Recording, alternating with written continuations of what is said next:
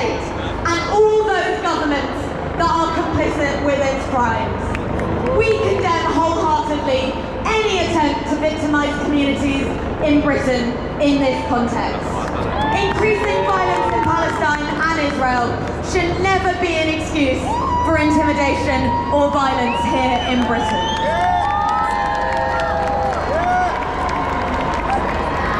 Over 100,000 of us marched today in London, and many millions more march across the world, because the colonisation against which the Palestinian people struggle is not some distant event.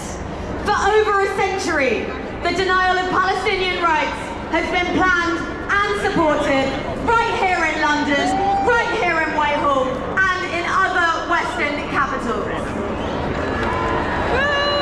The heart of the Palestinian struggle has always been the right to return to the land and the homes which were stolen from the Palestinian people. In every generation, the Palestinians, as one people across their historic homeland and their diaspora, assert that right. There is no Western weapon, there is no apartheid law, there is no border wall that can make the Palestinian people and all of their friends around the world forget those inalienable rights to self-determination, liberation, and return.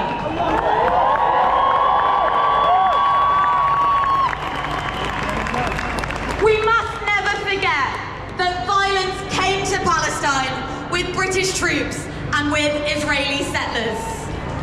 For as long as these colonial powers have waged war on Palestine, we have stood for a just and lasting peace.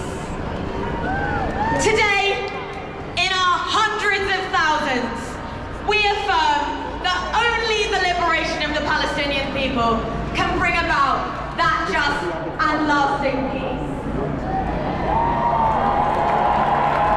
Only the end of a system of racist domination, one that deprives both the occupied and the occupier of their basic humanity, can enable all of the inhabitants of historic Palestine to flourish.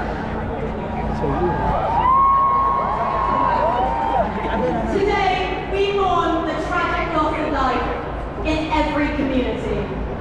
Before we hear from our first speaker, please join me in a minute's silence to remember all those who have died this year.